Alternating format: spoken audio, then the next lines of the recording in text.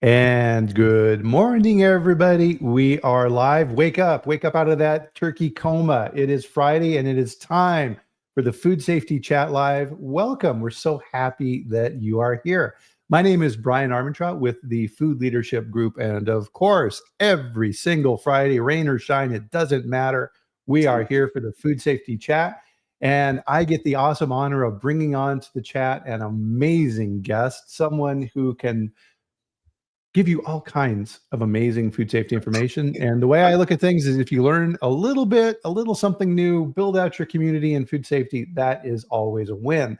And of course, the person who has been here with me from day one, the very first episode of the Food Safety Chat, this gentleman was on it. Jose Sabal with Sabal Food Safety Consulting. Jose, how are you, sir? I'm very well, Brian. No complaints. After a very nice Thanksgiving dinner, very well. Nice. Yeah. So it's the recovery time and all of that type of fun. So this is going to be a fun chat, everybody. So it's always nice to have kind of these down days, because one of the things in food safety, Jose, is that it never rests, right? Food safety is 7 days a week, 24 hours a day. It doesn't matter. It always continues. And Teja's here in Minneapolis. You can always tell the travelers because they use the airport codes when they say where they're at. So Minneapolis, St. Paul. Nice to see you this morning, sir. And I am, of course, in Loveland, Colorado, where Jose, you might want to put your coat on when you see this. It is, let's see, what was it this morning? It was 19 degrees. And it's now up to a balmy 23 degrees here in Colorado. How's your weather? Let me see if I can sign into this. It's asking me for some information to connect to the, to the presentation. Oh. Yeah, that's weird. Elena, good morning. Allie, good to see you in North Carolina. So sunny there. Wonderful. Is it working? I'm working on it. Let me check. It's asking for my ID. Very fine. Who is this? I guess it's this one. Continue. StreamYard allows StreamYard to be able to, I guess, a minute. Okay. Let me try. Oh, yeah. Okay, excellent. Hello, everybody. And so, of course, let us know. Oh, yep, I can see your comment. Awesome. Oh, you got your logo and everything. Finally. There we go. All these years. There we go. Austin's here.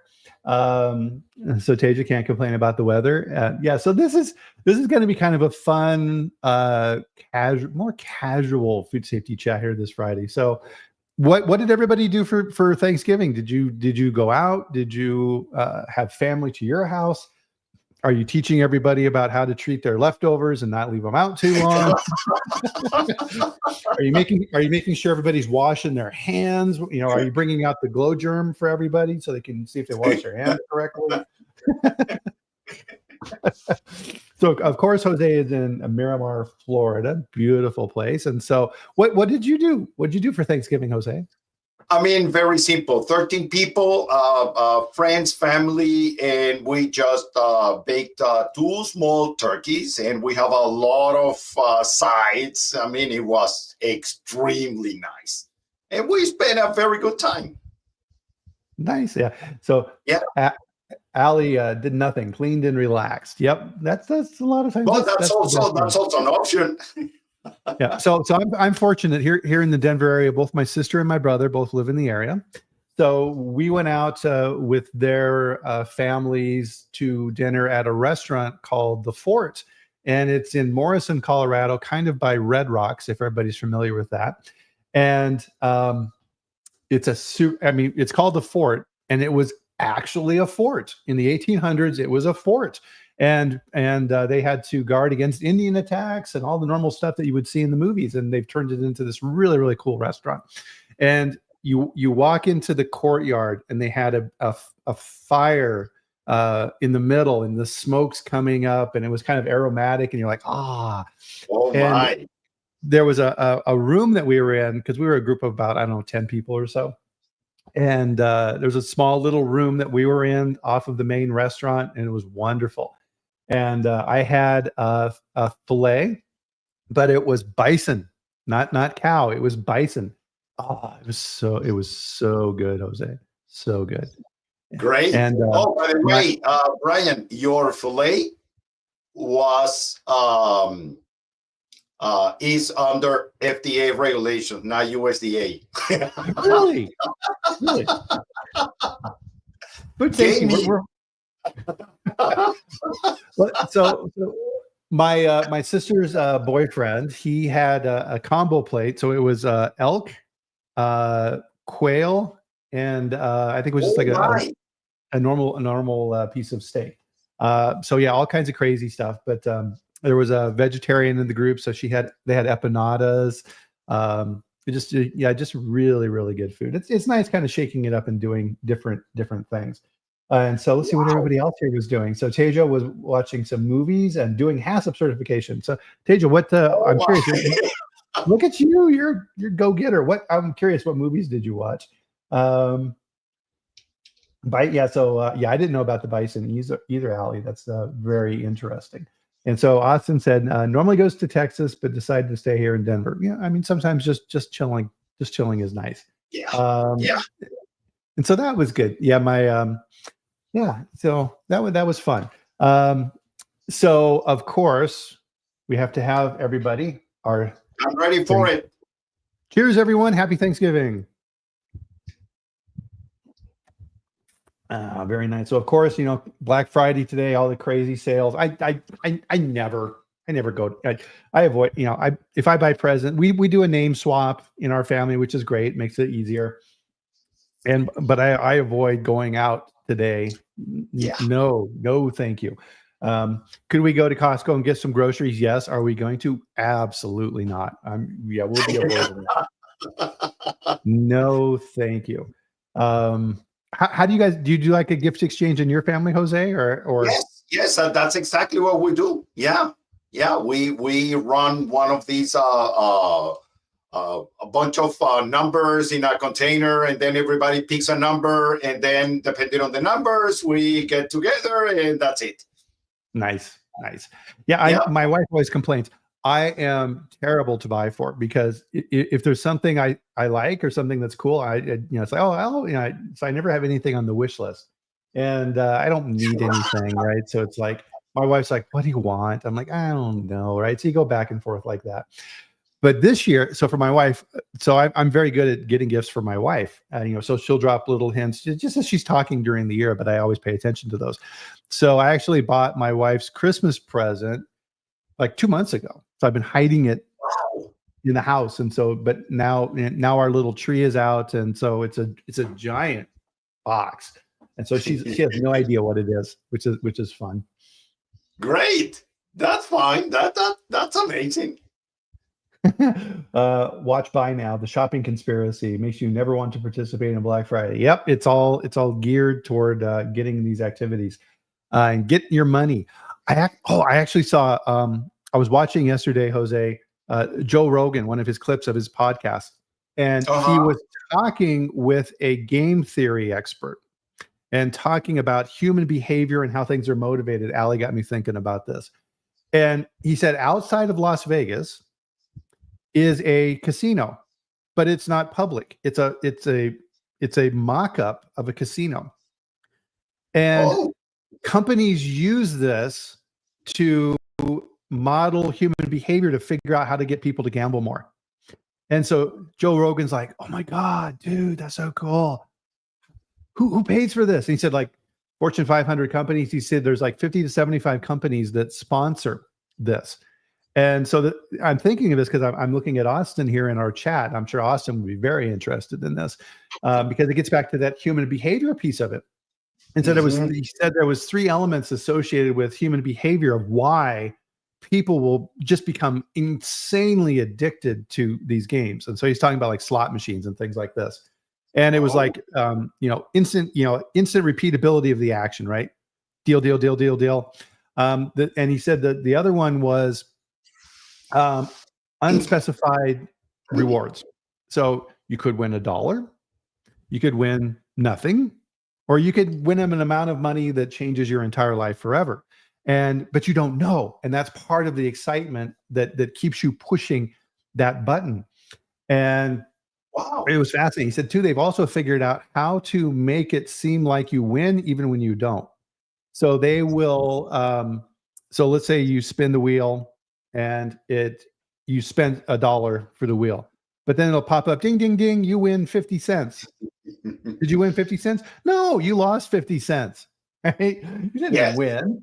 But so they use psychology in this to pattern this behavior. And so the guy was saying they think this tracks back to our evolutionary history, where you go out and you're looking for food, right? So maybe you'll find food, maybe a tiger will attack you, right? But you have to, you're trying to go out and find that giant bush of berries that's going to give you enough calories to survive a little while longer. And so I said, that's their theory, is that these behaviors track back to that evolutionary pattern, which I found fascinating. It was very interesting. Yes. Yes. So Teja's talking about young Sheldon and documentaries. Scott Adams made an interesting point about documentaries recently. He said you have to be very careful with them because they're always presented from one viewpoint, right? So you can watch a documentary and go, oh my God, that's, so the example he uses is Michael Jackson. It's like, oh my God, Michael Jackson's a monster, right? Oh, geez, I can't believe all these things. And then you watch another documentary that's pro Michael Jackson, and it's like, oh my gosh, this poor guy, he's been set up, and you have to be very careful with those things because they're painted in a particular way. And we've seen this in our field too, right? Like, so documentaries, Food Inc. and Super Size Me and things like this. So having both sides is very important on these type of issues. But I digress. Are you ready, Jose? I'm ready. It's time for the dad joke, everybody. So I'm trying to do a theme here, Jose, of guest specific dad jokes. I don't know how long I can keep this going, but here it goes. Why did the Floridian have a crocodile in his car? Oh my goodness, you got me. The crocodile was the navigator. Well,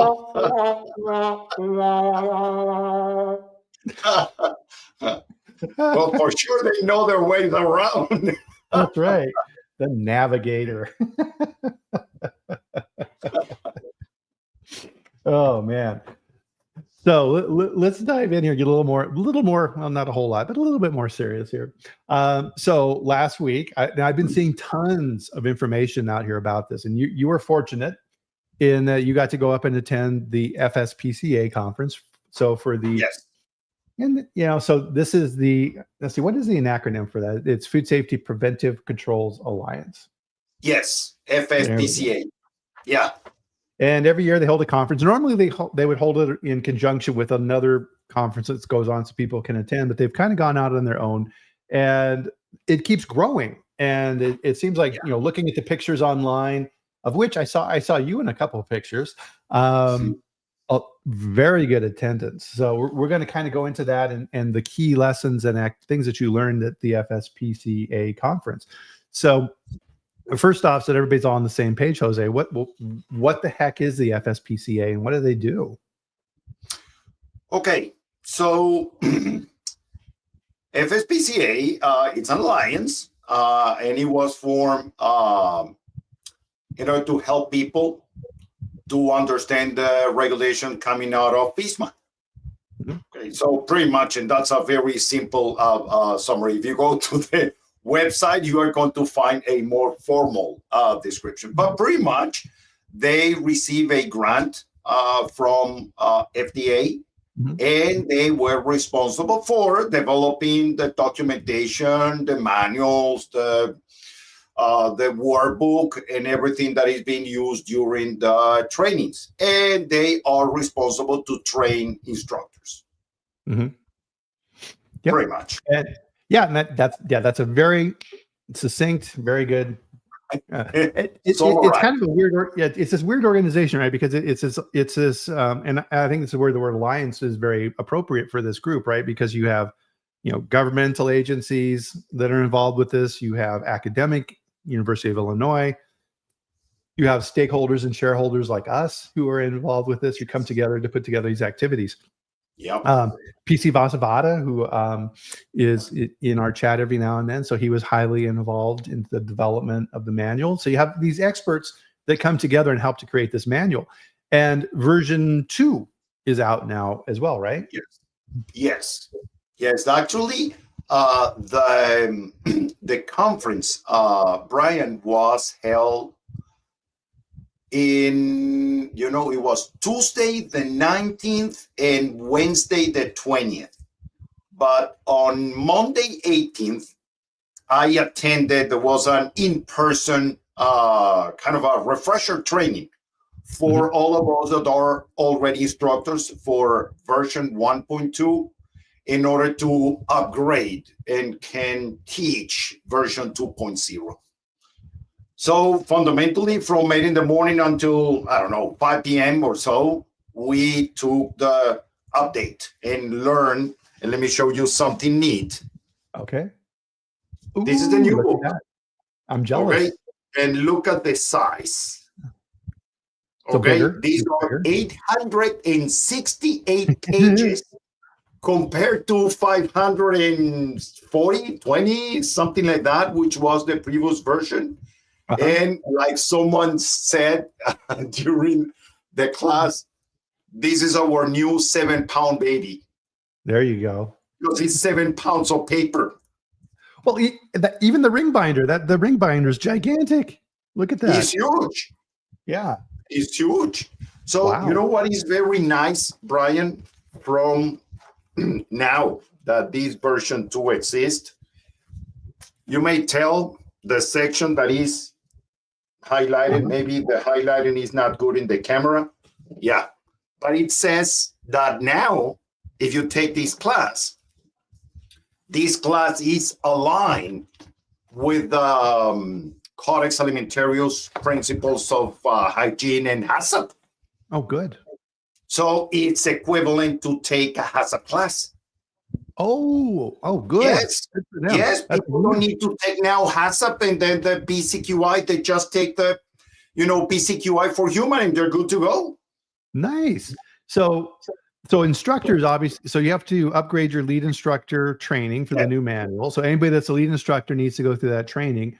What about if you're just like a normal PCQI? Do you need to go through new training to update your verification certificate, or is it still good? So, no, you're still good. That's a summary. Because what was explained to us is the regulation is the same. If you already took that class for version 1.2, you already know what is required. Okay?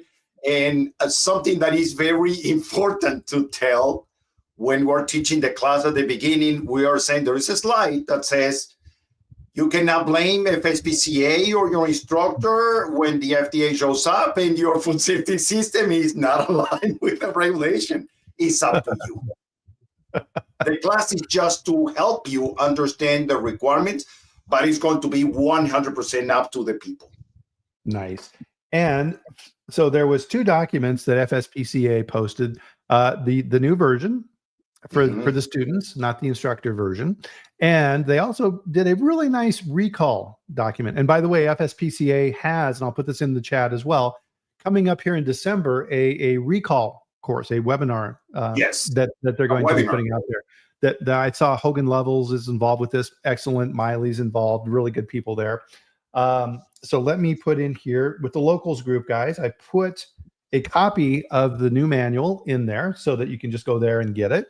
And then I'll put the recall in here a little bit later. The posting in locals doesn't allow me to post in Word. It has to go in PDF. So I can put the PDF in. But if you want the Word version so that you can, change it around and things like this, send me an email or send Jose an email and we'll get that over to you so that you've got a copy of that.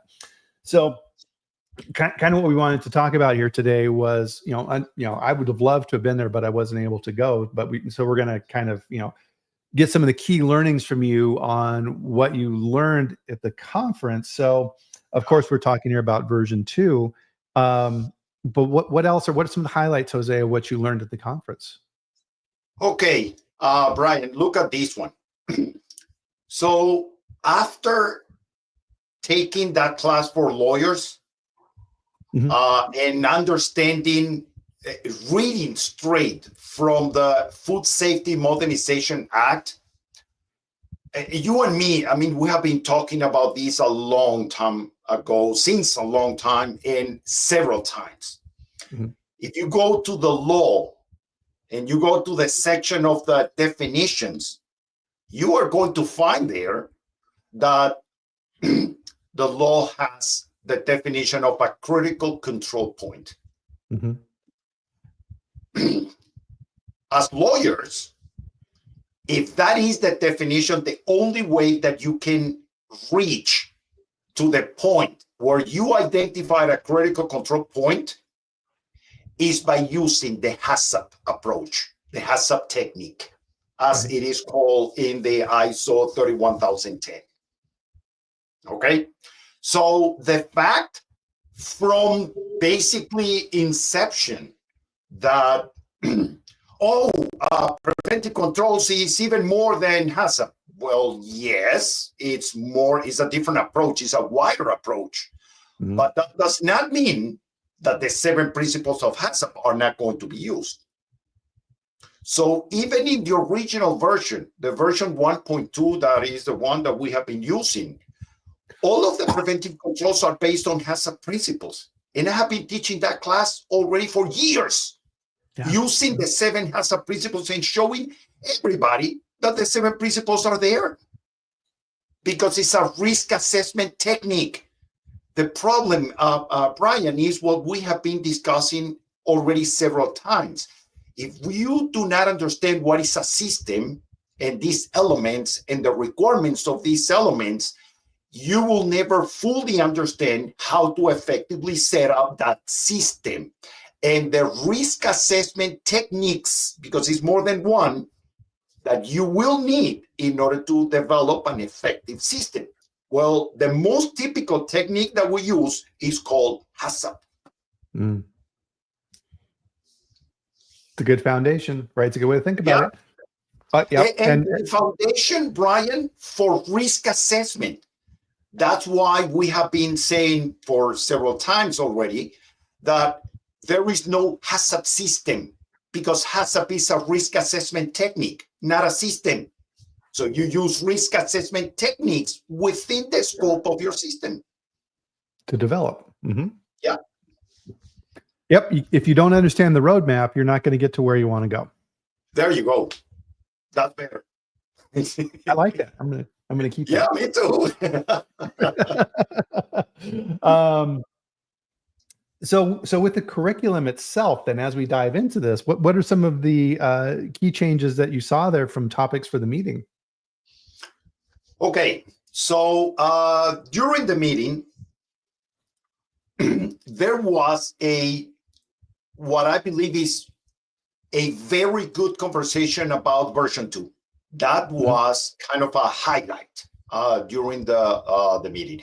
Even though that, remember that the Food Safety Preventive Controls Alliance also is responsible for the preventive control for animal food and FSBP and the intentional adulteration and vulnerability assessment, and it's in the works, the development of a class for the, let me see if I cite the name properly, because everybody says FISMA 204. I say, hey, hold on. There is a name for that. Is additional traceability records for certain food. That is the correct name for that. There is a regulation that is called like that. FISMA 204 is the law. And in FISMA 204, you go there and you read it, and you're not going to find all the things that are in the additional traceability records for certain food regulation. Good distinction. Yep. So you have to go down to the correct level. My shorthand for it is I just say enhanced traceability, but I do say 204. I've definitely called it 204 as well. Okay. I mean, if you tell me, I know what you're saying. I mean, I know what you're talking, but if you put it on paper on your table and, okay, where are the requirements? You're not going to FISMA. You need to go to the regulation and read the requirements in the regulation. Correct. And so what I'm seeing out there, Jose, I'm kind of curious if you're seeing this on, for this as well with the additional traceability requirements. My clients are starting to see retailers that are sending out letters now and saying, you have to comply with this, go fill out this form or go to this site to give us this information. And part of what I'm seeing, and this is what I predicted with this, I'll be curious to see if you saw this too, is so your comment in there for certain foods is 100%. And then people, so essentially FDA did a meta risk assessment. They said, okay, under this new rule, here are the foods that we're worried about. We're worried about leafy greens. We're worried about ready to eat foods. They had a list of different things that they worried about, which excluded other things. Yeah, excluded other things.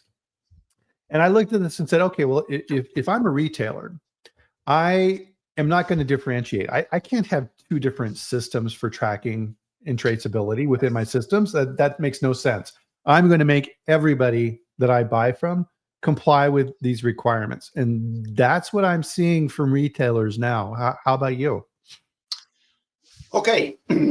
So last night in our Thanksgiving dinner, there is a very good friend of ours. I mean, years, we know them for years.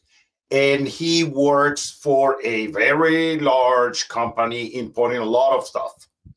Mm-hmm. And of course, they are going to be impacted, but they are distributors. Okay. And in some cases, they are repackers. And one of the things that I have no clue how this is going to be done, Brian, because everybody's saying that we should be using GS1. And I'm going to recognize GS1 is wonderful. I cannot say anything different. I believe it's a very effective way. The issue is that if you look at the regulation, the way that it's written, we have the critical tracking events, and there are a bunch of them. I believe it's 7 or 8 or something. Don't quote me on this, but there are several of them. Okay, each and every single critical tracking event, which is pretty much between us, everybody in this chat, is just a link in the supply chain to make it easy. Okay, there are certain responsibilities for key data elements. ADs. Okay, so at some point, the supply chain starts. So whatever is a start point, they are not going to have receiving key data elements because that is the beginning.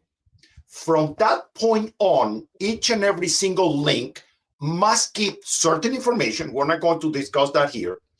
And when they ship, that information must be shipped to the next link in the supply chain. That's a very simplistic approach. Now, what is my concern? That which I'm not clear. Maybe the current GS1,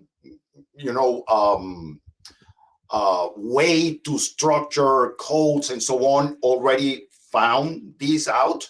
But if you create let's say a G team, okay, and you have your whatever 128 data points or so, you can create a code and put a lot of information there. Let's say all of your key data elements, you can put them there.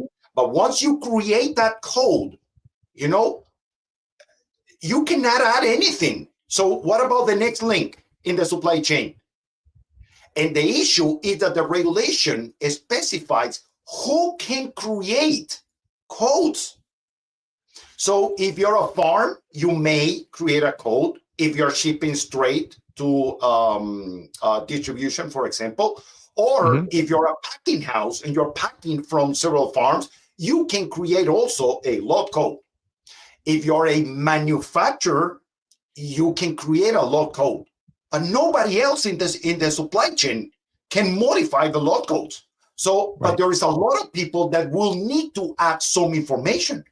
Well, how do you do that? Can you just, unfold the GTI and then add more information? Do we have enough space in the GTIN in order to capture each and every single, all of the information of the critical tracking event in each and every single link of the supply chain?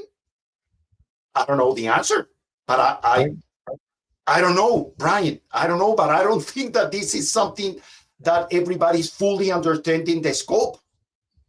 No, I agree. And so part of this is, and this is what the complaints have been relative to implementation of enhanced traceability, is it's incredibly complex. And it's just, it's logarithmic, the way things grow in the system.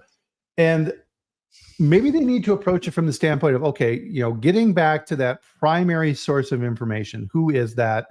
And then are the changes that take place relevant to food safety or not? I don't know. I'm just thinking off the top of my head here. So for your example in produce, so you pick romaine and it goes directly to the store. Okay. Or you pick romaine and you send it to a company then that chops it up and puts it in a chlorine bath and puts it in a bag. Oh yeah, right. Their FDA needs to know that, right? What are those different steps? So the whole point of this around what FDA was trying to do with this is like, okay, we need to get from the consumer point of view quickly back to the key people that FDA needs to investigate, right? So let's say and then skipping things in between. So maybe it can be approached from a negative standpoint. Okay, do we care about the transportation company for food safety? Not really, right? Okay, we can hop over those type of things and then figuring out a way. But to your point, we're not ready, right? The industry was not set up for this. And so there's been a lot of yelling of, hey, we don't even know how to do this yet. And I think that's where this conflict is going to be coming, Jose, is that the retailers are like, okay, well, you need to comply, sign this letter that you comply. And our company is going to say, no, I don't, because there's these things I don't know. There's a lot of outstanding information there for sure. And Brian, something that I believe, I mean, we're humans, we have different points of view, we have different backgrounds, and we have different opinions, and that's perfectly fine because that's how we are, created, that society. Yeah. But I believe that this regulation is not that complicated. If you understand that it is good not only for the FDA, it is good for everybody, even processors, farms, everybody, to perform a very effective and very quick trace back in order to protect the life of people, which makes total sense. This regulation is wonderful. This regulation makes total sense. It does. And you know what? Yes, I understand that it's for certain foods, according to the title. It is applicable to everything, pretty much. Even if it's not in that list, that makes sense. Okay. Yes. So what is the issue? The issue is that unless you sit down and spend significant amount of time reading, drawing, finding out, okay, what is this, what is that, which are the links that can put lot codes into the food and how they connect between each other. And what about if instead of a farm sending straight to a packing house, the farm calls someone that is going to harvest the produce from the ground, and then the product is sent to a cooling facility, and then is when it gets packed.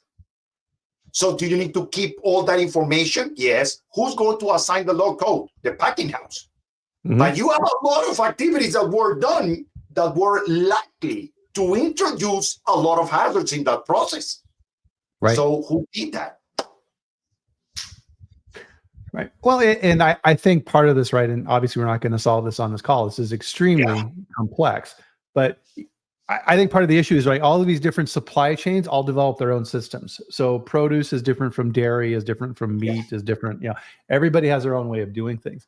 And it may be that, so we have a good system in place now, as you mentioned, with GS1 and lot coding and barcodes. The systems exist. Maybe it becomes its own separate barcode, right? So you have two barcodes on product. You have a barcode that gives you the price when you scan it, and then there's another barcode that is updatable, right? That once it gets to that finished point, it has that traceability information linked to it. Maybe that's the solution. I don't know. Okay, so look at this, Brian, and I might be wrong. Okay, I mean, I just have these very going to say engineering mind, but if you have a supply chain, every link in the supply chain has certain responsibilities to collect certain information. Okay, and in order for the FDA to go all the way back to the source, that information must be in one place. Right. Okay, because look at how it is right now. Everybody is responsible for keeping whatever is information specific for that link in the supply chain, and they transfer some to the next, and they keep the information from the source. Okay, that's pretty much. So FDA is asking people that for that certain foods, each and every single link must keep a sortable spreadsheet. Okay, so now look at what is going to happen. God prevent this from happening, of course, but there is a recall because there is E. coli in lettuce. Okay, so FDA identified that by taking some lettuce from Publix supermarkets, and then they tested, oh my goodness, there is E. coli here. Okay, who are the suppliers? I start going back. So FDA is going to contact Publix and say, okay, Publix, give me your KDEs. And here is my sortable spreadsheet. Okay, and then with that, they are going to identify who was the previous link. So they go to the previous link and then, okay, give me your spreadsheet. Oh, the product is coming from the packing house. Okay, packing house, give me your spreadsheet. And then all those are, and I'm making this very difficult. Okay. Oh, these are melons, or not lettuce. These are melons. Oh, the melons were cool. So okay, the cooling facility. Where is the information that is your responsibility? Here. Oh, okay. So let me go back now to the harvesting. Who was harvesting this? Oh, this is my spreadsheet. And then they go back all the way to eventually the farm and the GPS coordinates, trying to identify, okay, this is it. Come on, really? Are we really improving something? Brian, we need a centralized system to gather all of the information from each and every single point in the supply chain. And with one click, you can access everything. Now we're talking. Right. And that's kind of, yeah, we're going in the same direction. So let's say that, for example, we don't want to, belabor this too much. We're just thinking of ideas here. So let's say, for example, as the primary, not the primary producer, but as the person who then is responsible for the key data elements, that first step in the chain, you then, to your point, there's a database, and you slap a barcode on that links to that database. And every subsequent person in that chain who impacts that product has to scan that code and go in and put in the information for that next step in the chain. So by the time you get to the end, all you have to do is scan that barcode and it pulls up that information. There you go. Yep. So Teja's got a couple of questions here for us. Thanks. Anything else, guys, you want to talk about? Throw it in here. This is kind of an open forum here today. So let's see. First question he has here, Jose, is what other food safety management systems aside from HACCP a company should focus on? Any ideas? Okay. I mean, we may deviate a little bit from the topics of today, Brian. Yeah. But I guess that in order to answer this, yes. So if you go to ISO 31010, which is risk assessment techniques, and you go to HACCP, and you read, yes, it was developed by NASA to, supply safe food to the astronauts because blah, blah, blah, 7 principles. If you keep on reading, you're going to find the limitations because each and every single technique has its own limitations. Right. has, and this is a very simple summary just to answer the question, HACCP has two main limitations. The first one is that HACCP is not intended to be used to identify the potential hazards. And actually, that is one of the things that was part of the meeting, the conference, Brian. When we go through the hazard analysis, the approach is now very similar, if not exactly the same, as the approach with the seafood HACCP. We are supposed to, and this is part of the class, go to the guidance from FDA, go to appendix number 1, which is the appendix related to the hazards, and then look for the biological, the chemical, and then the facility and process related hazards, and add all of them to the right step in our flowchart, in our hazard analysis, and then justify why they are high risk or why they are not high risk. Okay. In HACCP, we don't have that. And that's pretty much a reason why FDA has that in the guidance, because it's a limitation in the HACCP technique. Well, and that was one of the key things that came out of the conference, right? Is Appendix 1, which is Yes.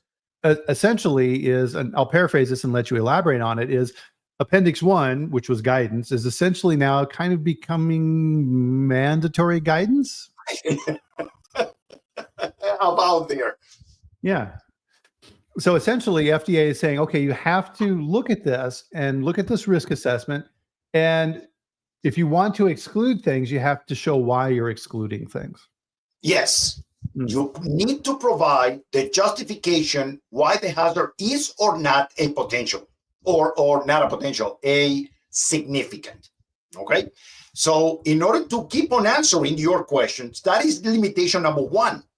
Now, limitation number 2 is that we need to have a very professional way to create a risk matrix, okay, with very well validated severities and likelihoods. And that goes back to the master degree in risk management, Brian, that I recently finished. The way that we are performing risk assessments in the food industry is very poor. Yes. If we compare what we're doing with banks and insurance companies and all of that thing that you're really using risk assessment, we're not doing this. Yeah. We are not doing this. And that is the second problem. The way that we create this consequence likelihood matrix, which is another technique that we use in a system. So again, are we supposed to use HACCP? Yes. But are we supposed to be using a matrix better than a decision tree? Decision trees are very poor. I have not seen not even one that it's, oh my goodness, this makes sense. No, I mean, you need to use your risk matrix, and then is when you determine where in the flowchart you are going to set up the control, or where are the different steps of the flowchart where you are going to be setting up the controls. And that is applicable only to CCPs. Yeah. But because FISMA includes preventive controls besides the critical control points, for basically anything that is in the GMPs, well, we are supposed to be using the 7 principles for cleanliness, sanitation, and allergens, and supply chain preventive controls, and then the most important one, which unfortunately is not in the slide in the presentation for version 1.2 or version 2, the other preventive controls. Okay, we need to use a lot these other preventive controls. Right, and so I thank you, Tasia, for bringing that up, because that's a super important point. Our risk assessments are very poor, and to your point, I think that's what we need to focus more on. I mean, you can major in college in actuarial sciences, which is risk assessment for those industries, for insurance. Look at all the different elements they look at for risk assessment. Insurance companies just don't say, oh, well, yeah, driving a car is risky and sometimes accidents happen. I give it a medium. Therefore, here's your risk rating. No, absolutely not. Right. When you want to get car insurance, look at all the questions they ask you, right? How old are you? What is your driving history? What type of car do you drive? How far do you drive to work? All of these, right? All of these different things. And this is the important part, is those change, right? Insurance companies modify your risk based upon changes in that. We don't, right? To your point, Jose, once we create our risk assessment in our food safety plan, okay, I'm done. No. Let's say, for example, for my car insurance, I get in a wreck. What happens, right? My insurance rate goes up. Why? Because my risk has changed. The insurance company now says, oh, okay, well, this driver is now demonstrating behaviors which will probably lead to more risk for us as a company. Therefore, we need to compensate for that. We don't do that, right? Nobody goes into their food safety plan and says, hey, you know what? There's been changes in the world market relative to this material that we buy. We need to reassess our risk. Yep. No, we don't. Yep. Brian, what about the residual risk? Nobody's talking about this. Okay. You just mentioned, I'm going to use your example, the driving the cars. How old are you? Oh, you are below 25? Oh, that is high risk. Yeah, because you are below 25. What is 25?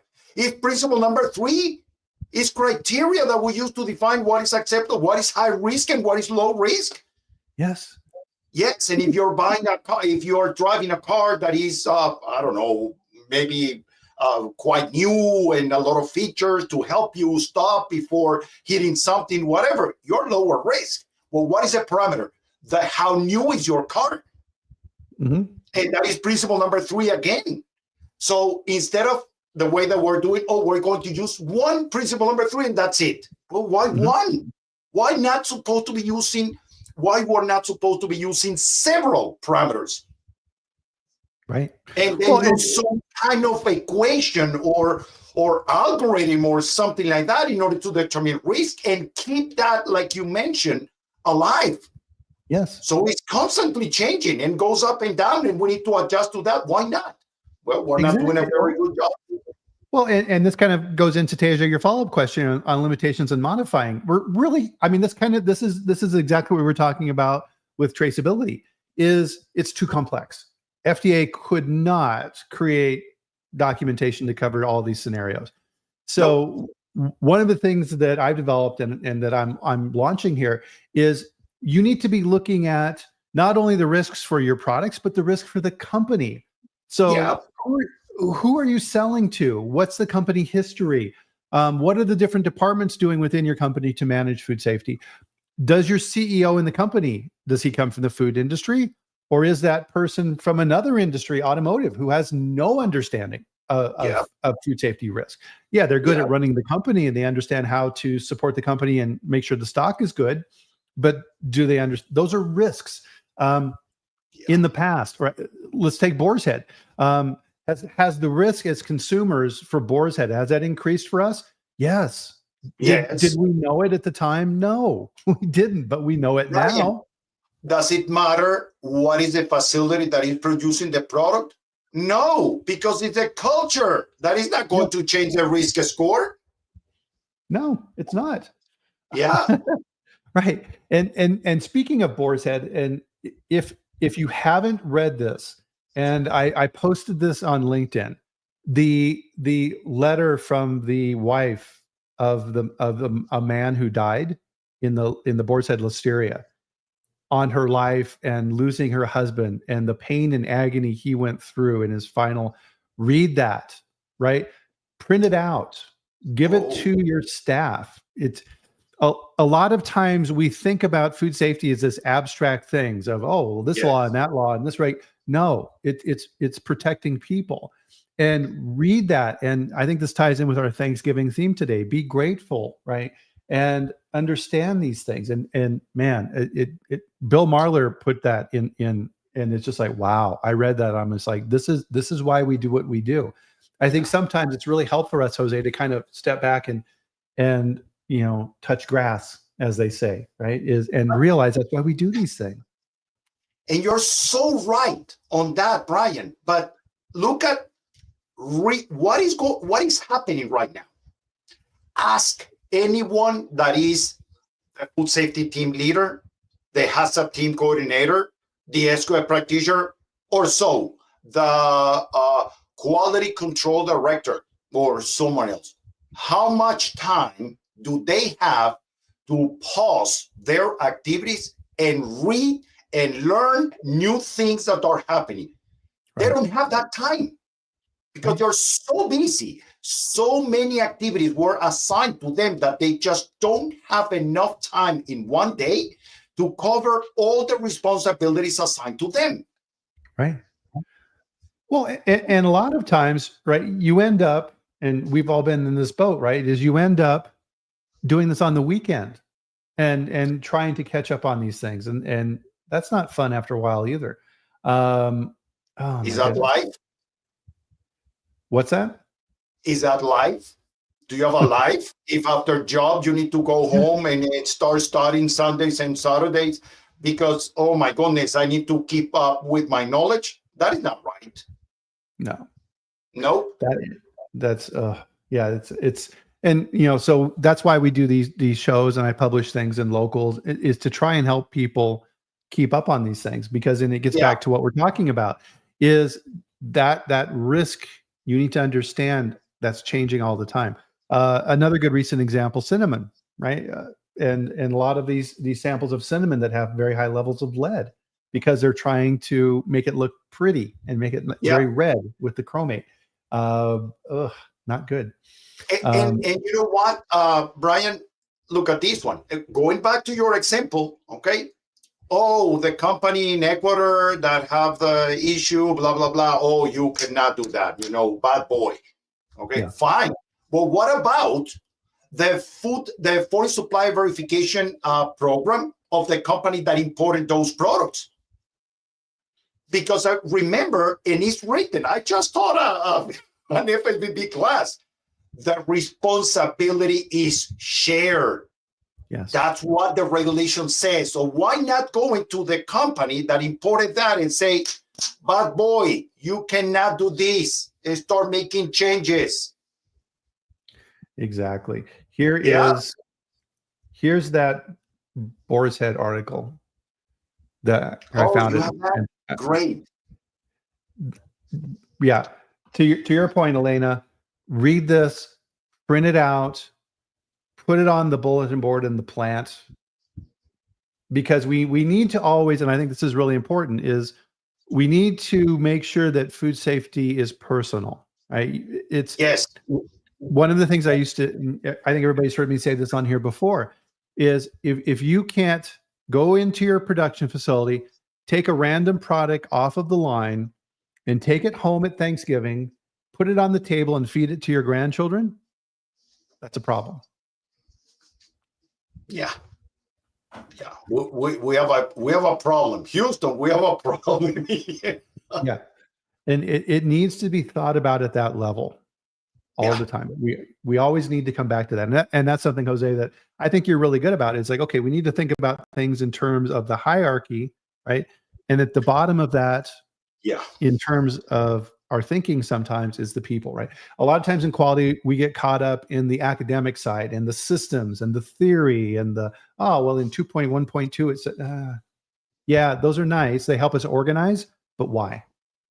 Right? It's for people. And Brian, look at this one, which I'm also reminding people about this all the time.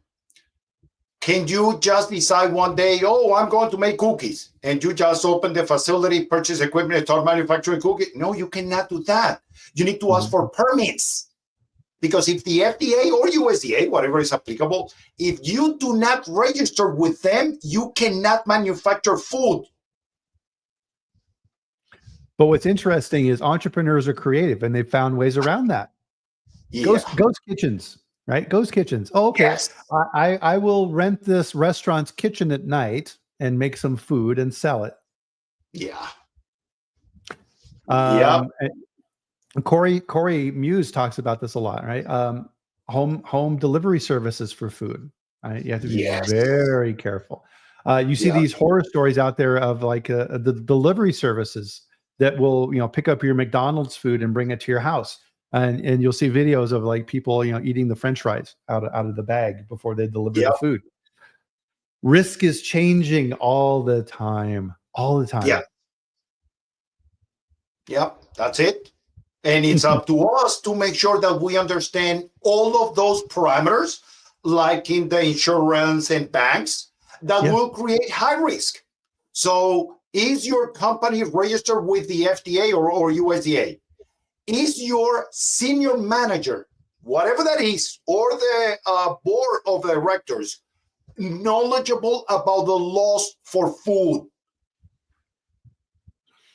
Yeah. Yes or no? I mean, yeah, oh, they are? Well, how do you know? Oh, because they took a class or something like that for senior managers or for board members or whatever, understanding the mandates in the law. Oh, okay, they got the knowledge. The risk is reduced naturally. Mm-hmm. So there are a lot of parameters that we can create in order to determine risk in Absolutely. food. Mm-hmm. Yeah. And a lot of times the people, right, are the biggest risk, not the product. Yeah. So we're at the 5-minute mark, Jose. So any other key things that came out of FSPCA that you want to let people know about? Or so, Brian, going back again to that question from Teja, the hazard analysis in version 2.0 was, a huge point of conversation. I believe that it was an amazing change what FSPCA did with a portion of the hazard analysis. Amazing change, asking people now, go to the guidance, pull the hazard, pull the potential hazard from the guidance related to the ingredients. And watch out with this, because when you go to the biological and chemical tables in Appendix number 1, those are for the hazards that are inherent to the food that you're using. Okay. But then you have what is called the process and facility related hazards. I'm not sure if you got the chance to go to the FSPCA website and download the table that they have there. It's for free, guys. So you just go to, I believe it's fspca.net. It's .net. You're correct. Net. And then click on the human food product and the preventive control for human food, and then click on the preventive controls qualified individual, and then click on resources and materials. And when you reach that point, you are going to see that on the right lower hand side of that page, you can reach form 0231. And it has all the questions related to the process and the facility. And that's how you find biological, chemical, and physical hazard related to the process and related to the facility itself. Nice. It was an amazing change. This is just out of this world. Yeah, I'm gonna have to look at that too. And that's part of what we do in food safety, right? Is if you're not learning, you're decaying, right? You have to keep up to date on all of this information for sure. So fun. Thank you, Jose. This has been a really fun chat today. And thank you everybody for sharing your Thanksgiving holiday with us. And great questions, of course, and I'm very grateful, as well as I know you are, Jose, for this amazing community of people that we put together to share this information and improve food safety. So, thank you everybody for that. And part of this is being grateful, and read through that food safety letter, the words from the widow of the boar's head, and realize that person, she didn't get to spend Thanksgiving with her husband because of that outbreak, right? So just imagine how terrible that was for her to not have her husband there at the table because of that. This is why we do this, right? We're here for a very specific reason. So Yep. take thanks in that and enjoy the weekend and reflect. This is the time of year for that. So make sure and do that. And with that, guys, we'll bring our chat to a close here for this week. And of course, we'll see you back here next Friday at the same time. So 8 a.m. Mountain Time, 10 a.m. Eastern on LinkedIn and YouTube, where I will bring another amazing guest like Mr. Sabal on to share his expertise with you. So thanks, everybody, again. Have a great one, and we'll see you here next week. Thanks, Jose. Yeah, thank you. Bye. Bye, everyone.